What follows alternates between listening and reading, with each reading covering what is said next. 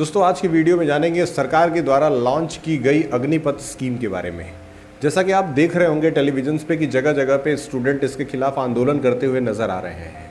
कई जगहों पे तो भारी मात्रा में ट्रेनों को और बसों को नुकसान भी पहुंचाया गया है। तो ज़रा आइए देखते हैं कि ये किस तरीके से ये स्कीम लोगों के लिए लाभदायक हो सकता है या फिर नुकसानदायक हो सकता है। तो आज हम एक कंपैरेटिव स्टडी करेंगे इसके बारे में और जानने की कोशिश करेंगे whether the scheme is good for the peoples of India और नॉट। दोस्तों आपके मन में इस योजना को लेकर के बहुत सारे क्वेश्चंस उठ रहे होंगे कि आखिर इस योजना की अचानक से भारत सरकार को ज़रूरत क्या पड़ गई। आखिर क्या ज़रूरत थी कि उन्होंने केवल 4 साल के लिए देश के 17 से 23 साल के उम्र के बच्चों को सेना में भर्ती करने का फैसला लिया और 4 साल के बाद उनको एक बेहतर इंसान बना करके बाहर निकालने का फैसला लिया गया है। दोस्तों इसके पीछे पहला कारण यह है कि भारत देश में जो औसत आयु है सैनिकों की वो लगभग 32 साल है, जबकि अमेरिका और रशिया जैसे देशों से अगर कंपैरिजन करें तो उनके देश में औसत उम्र 27 और 26 साल के लगभग है। तो हम ये भी कह सकते हैं कि हमारे देश के जो सैनिक हैं वो बूढ़े हो रहे हैं, यानी कि हमारे देश की सेना अब बूढ़ी हो चली है और सेना में ज़्यादा से ज़्यादा युवकों को भर्ती करने के बाद सेना में एक ऊर्जा का संचार होगा जिसकी वजह से हम ज़्यादा वर्कफोर्स के साथ काम कर पाएंगे। दोस्तों किसी भी देश की सेना उसकी रीढ़ की हड्डी होती है और अगर रीढ़ की हड्डी मजबूत ना हो तो पूरा का पूरा ढांचा गिर जाता है। और इसीलिए अगर ज़्यादा से ज़्यादा युवा हमारे सेना के अंदर भर्ती होते हैं तो इससे कहीं ना कहीं देश का भी फायदा है और उन युवाओं का भी फायदा है।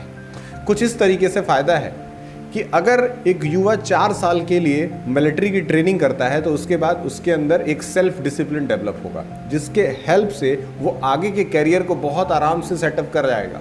जबकि 17 से 23 साल की उम्र के बच्चे आज के डेट में 17 से 21 साल की उम्र के बच्चे आज के डेट में ज़्यादातर आपको सड़कों पर टहलते नज़र आते हैं या फिर किसी कोचिंग्स में जा करके किसी एक कोर्स की तैयारी करते हुए नज़र आते हैं, किसी एंट्रेंस एग्जाम की तैयारी करते हुए नज़र आते हैं। दोस्तों दूसरी चीज़ ये कि लगभग 30,000 रुपये महीना सैलरी और साथ ही साथ 11,000 रुपये का एक पीएफ उनके जो खाते से कटेगा वो उनके रिटायरमेंट के बाद लगभग 11 लाख रुपए बन करके उनको वापस मिलेगा। तो ये एक बहुत बड़ा आर्थिक मदद हो सकता है। इसके साथ ही साथ 40 लाख रुपए का जीवन बीमा उनके नाम से कराया जाएगा और अगर वो व्यक्ति अपंग हो गया यानी कि पैरालाइज हो गया 4 साल की उम्र के अंदर तो उसके लिए लगभग 60 लाख रुपए का बीमा सरकार अपने ओर से देगी। इसके साथ ही साथ 12वीं कक्षा का रिजल्ट, 12वीं कक्षा की डिग्री ये भी सरकार अपने तरफ से उनको देने के लिए तैयार है। तो अपनी आय का 50% पैसा इंडियन आर्मी जो है वो केवल और केवल लोगों के पेंशन देने और सैलरी देने पे खर्चा करती है।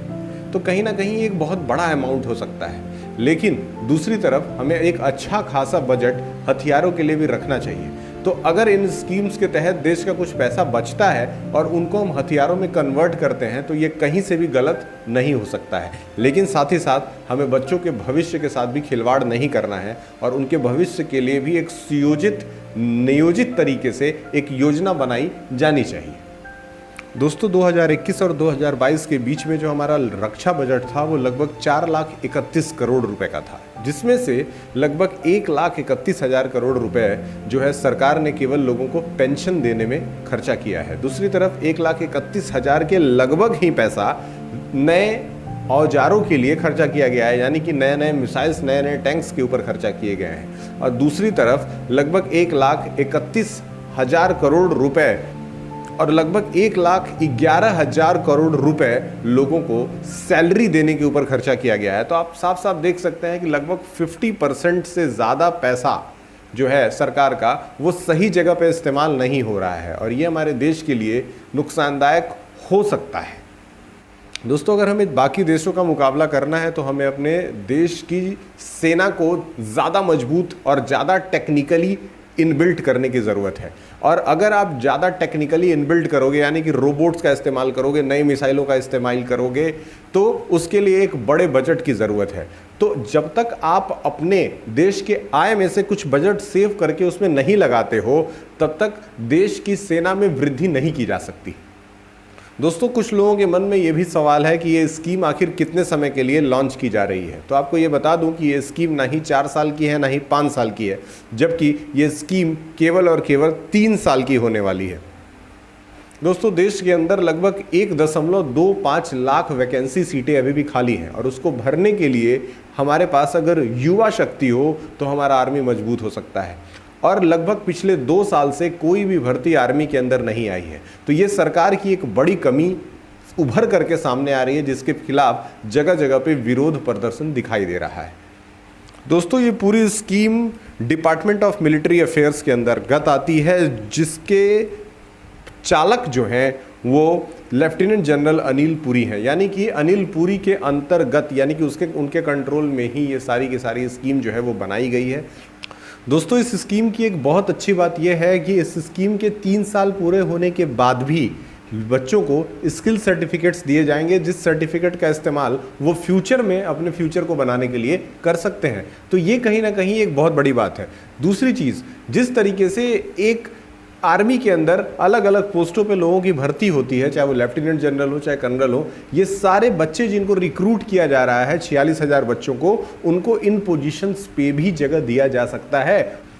दोस्तों गवर्नमेंट के स्कीम के तहत हर एक रिक्रूटमेंट पाने वाले लड़के को 18.2 लाख रुपए तक का लोन भी सरकार जन सेवा निधि स्कीम के अंतर्गत देने के लिए तैयार है।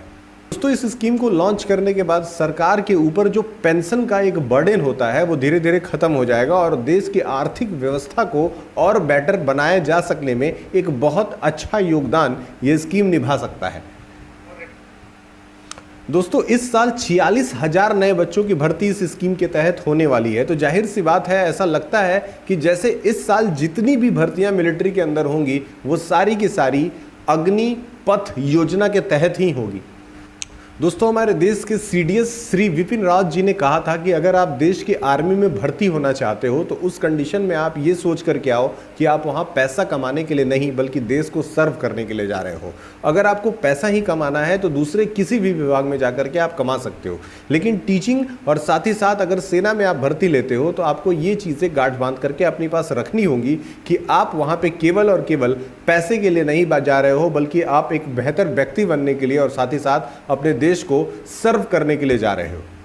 चुने गए बच्चों में से 75% बच्चों को इस स्कीम के तहत आर्मी से बाहर कर दिया जाएगा, जबकि 25% ऐसे बच्चे होंगे जिनके अंदर कुछ खास एबिलिटी होगी और उनको इस आर्मी के अंदर कंटिन्यू करने का मौका भी दिया जाएगा। तो कहने का मतलब ये स्कीम जो है वो पूरी तरह से नेगेटिविटी से ही भरी हुई नहीं है। अगर आपके अंदर क्वालिटी है तो आप 25% जोन में आ सकते हो और देश को सर्व करने के लिए आजीवन योगदान दे सकते हो। स्कीम के अंदर आने वाले बच्चों के पास एक खास स्किल होगा जिसको हम सेल्फ डिसिप्लिन के नाम से जानते हैं, क्योंकि आर्मी में भर्ती होने वाले हर व्यक्ति के अंदर ये चीज़ जरूर ही होती है क्योंकि उनको एक टफ ट्रेनिंग के द्वारा गुजारा जाता है। इस स्कीम के तहत हर बच्चे की ट्रेनिंग लगभग 6 महीने की कराई जाएगी और 6 महीने की ट्रेनिंग के बाद वो बच्चा जो है वो निखर करके बाहर आएगा और एक सम्मानित व्यक्ति फ्यूचर में बनेगा। दोस्तों इस रिक्रूटमेंट के तहत जो भर्ती है वो महज 90 दिन के अंदर स्टार्ट होने वाली है, यानी कि सरकार जो है वो बहुत आक्रामक मूड में नजर आती है इस स्कीम को लेकर के, क्योंकि केवल 90 दिनों का समय लेकर के ही रिक्रूटमेंट स्टार्ट किया जाना ये कोई छोटी बात नहीं हो सकती है। तो ये देश के अनएम्प्लॉयड लोगों के लिए एक बहुत अच्छी सूचना है कि वो 90 दिनों के अंदर ही इसमें आवेदन भरें और अपना सिलेक्शन ले लें, ताकि उनका 4 साल कम से कम जीवन का सेफ हो जाए और उससे अर्जित किए गए धन को और अर्जित किए गए फैसिलिटीज़ को आगे के फ्यूचर में इस्तेमाल करें और एक बेहतर व्यक्ति बनने की कोशिश करें। तो ये था एक कंपैरेटिव स्टडी जिसमें मैंने कुछ पॉजिटिव और कुछ नेगेटिव पॉइंट्स बताए अग्निपथ स्कीम्स को लेकर के। तो अगर आपको इंटरेस्ट आया हो तो आप वीडियो को सब्सक्राइब करें और साथ ही साथ बेल आइकन प्रेस करें ताकि आप जितने भी नोटिफिकेशंस मेरी वीडियो के हों आप तक पहुंच सकते हैं। और एक चीज़ का ज़रूर ध्यान रखें कि देश में कभी भी कोई नया कानून आता है तो पहले उसको पढ़ें समझें, उसके बाद ही प्रतिक्रिया दें। दूसरी चीज़, अगर आप ट्रेनों को जलाते हो, बसों को जलाते हो, यानी कि आप पब्लिक प्रॉपर्टीज़ का नुकसान करते हो, तो कहीं ना कहीं आप दूसरे का नहीं अपना खुद का नुकसान कर रहे हो। आप सरकार का नहीं अपना खुद का नुकसान कर रहे हो। क्यों? क्योंकि वो सारा का सारा पैसा आप ही के जेब से जाएगा। सरकार को आपसे वसूलने के लिए ज़्यादा कुछ नहीं करना है, वो महज 1 रुपये पेट्रोल का दाम बढ़ा देगी और सारा का सारा वो पैसा वसूल लेगी, या फिर बिजली के दाम को 1 रुपये बढ़ा देगी और आपसे उससे 100 गुना ज़्यादा पैसा वसूल लेगी। तो इसमें सरकार का कहीं से नुकसान नहीं है। ये हमारे देश के युवाओं को, जनता को, जिम्मेदार लोगों को समझना ही चाहिए। तब तक के लिए जय हिंद।